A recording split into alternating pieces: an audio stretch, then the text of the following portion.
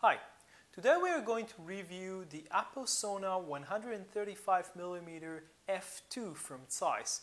This is the third and final review that we are doing of Zeiss lenses. We previously reviewed the 55mm 1.4 Otus and the 85mm 1.4 Otus, both from the newer Otus lines from Zeiss. The Sonnar 135mm lens, this lens, is of more traditional design than the Otus line, but it's still very high-end lens, and as we are going to see, the image quality of this lens is very good. Now, the 135mm lenses are typical portrait lenses that have been used for many years by portrait photographers. Both Nikon and Canon have similar lenses with autofocus. This is a manual focus lens, just like the Otus lenses. And what we're going to talk about now is the build quality and the design of the 135mm Zeiss lens. Okay, so let's take a look at the Sonnar T f2 135mm. This is the Nikon version. There is also a Canon version. This lens weighs 920 grams. It's not very light. It has a length of 145mm, a diameter of 99mm, and a filter of 77mm. Now, it has 11 elements inside the body with arranged in 8 groups. The minimum focal distance is about, the official one is 80 centimeters, and it has a magnification rate of about 1:4. So this is in terms of general specifications of this lens. Now, it's an all-metal body. It's the, let's say, the slightly older design by Zeiss. We will see, as we saw in the Otus line of lenses that we reviewed before, it's very different from this lens. This looks like the lenses that Zeiss used to make and are still making on their other lines of lenses. So it's an all-metal design. Even the hood itself is metal. Now, something interesting about the hood, if you take it out, I'm not sure if you can actually see, but the internal part here is all covered in some sort of black fabric. So that is interesting. It's supposed to prevent reflections. Now, putting the hood back on, this is interesting. It took us a while to understand. There is a small dot here and a white dot here, and you have to put them to align them together and then to turn it, and then it clicks. So this is the way you actually connect the hood to the lens. Again, it took us a while to understand this. So another interesting feature that we have here is a hyperfocal distance markings here, including on the barrel between f11 and f22, including mark for infrared focus. So this is interesting. The lens itself, of course, is manual. Now, if we turn it, you can see that it changes, goes slightly longer, as you can see. So this is the lens when pushed to the maximum in terms of the focus. So it does get longer. It's not a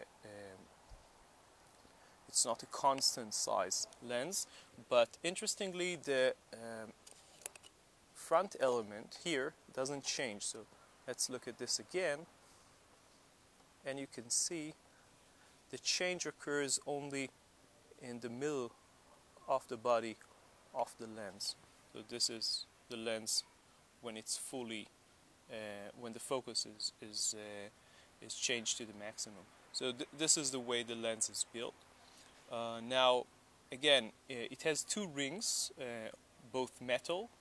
This is the focus ring, as we've seen before, and below, I'm not sure how clearly you can see this, we have the aperture ring from f2 to f22, and to change it, there is a small button here which we need to press, and then we change it in clicks. as you can hear. So this is obviously a lens which is made for photography and not for videography, at least not in terms of the aperture, changing the aperture in real time. All in all, the build quality is superb. This is a very sturdy lens. We can't say anything that we didn't like about this lens. The focus ring is very nice. It's smooth. It has a very long rotation span, as you can see. This is about 260 degrees of turn. So we are turning and turning and turning and turning. And there is a lot of accuracy in this mechanism. This is what you get in terms of build quality and rings and everything that has to do with the lens in this respect. What we want to talk about now is the performance of the 135mm Zeiss lens. What we were specifically interested in was the performance of this lens when compared to the two oldest lenses that we reviewed before, the 55 and the 85mm lenses, which have very, very high image quality. Now, we were very surprised to see that the image quality of this lens, which has supposedly an older design, at least externally, but also possibly internally because it's a different series of lenses, the performance was very, very good. As you can see now on the screen, the sharpness of the lens, both of course in the center and in the corners of the image, wide open at f2 was very high, and when we close it down to f2.8 or to f8, we gained even slightly better image quality in the corners. The difference was not very big. So the image quality, even wide open, was very, very good. We saw a lot of sharpness, a lot of contrast in this lens, and we can see a lot of details. Again, we shot with the D800, which is a 36 megapixel camera, which allows us to see a lot of detail. So the image quality in terms of sharpness, contrast, etc. was very, very good. In terms of vignette, we didn't see a lot of darkening of the corners. We didn't see a lot of barrel distortion or chromatic aberration in any of our images. Maybe you can see it in other images. We didn't encounter any chromatic aberration. Now, the only thing that maybe is slightly different in this lens when compared to the oldest is veiling flare. It's not that we have seen a lot of it in this lens, but the oldest lenses are so good when countering flare that we don't think that this lens reached this type of level of if you like, anti-flare coating or anti-flare performance. But other than that, the performance, the sharpness is really, really superb. So let's go on and conclude this review and talk about what we liked and maybe didn't really like about this lens. So let's sum things up. We really liked the 135mm Zeiss lens. This lens has a very high image quality.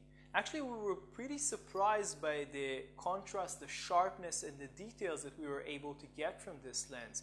It was not very far from the oldest lenses, which are of a newer design, although both this and the 55mm lens came up around the same time. So the image quality was not very far from the oldest lenses.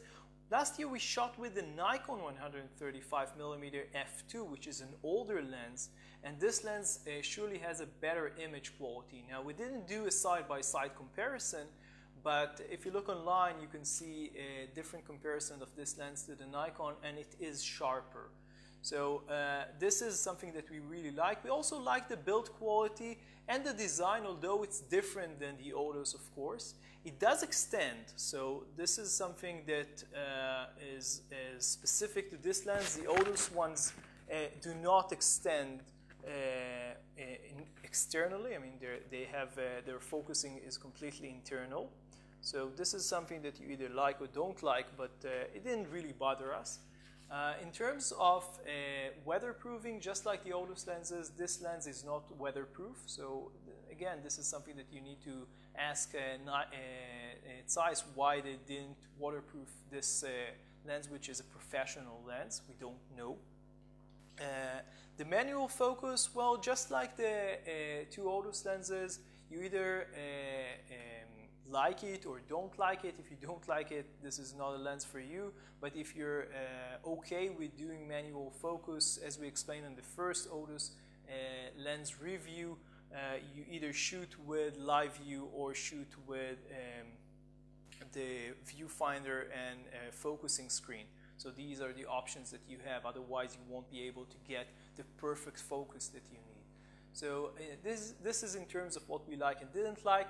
Let's talk about a bit about the price. This is just a bit about $2,000. So it's considerably cheaper than the Otus lenses. But again, the image quality is not far behind. So this is a very big point for this lens. Now it's actually not too much more expensive than the Nikon and Canon lenses, which are not cheap by themselves, and both of them are of older design, although again they have the autofocus. So relative to the Otus lenses, this is cheaper, and this is not considerably more expensive than the Nikon or Canon lenses. You can read the full review of this lens and see some images on lensvid.com.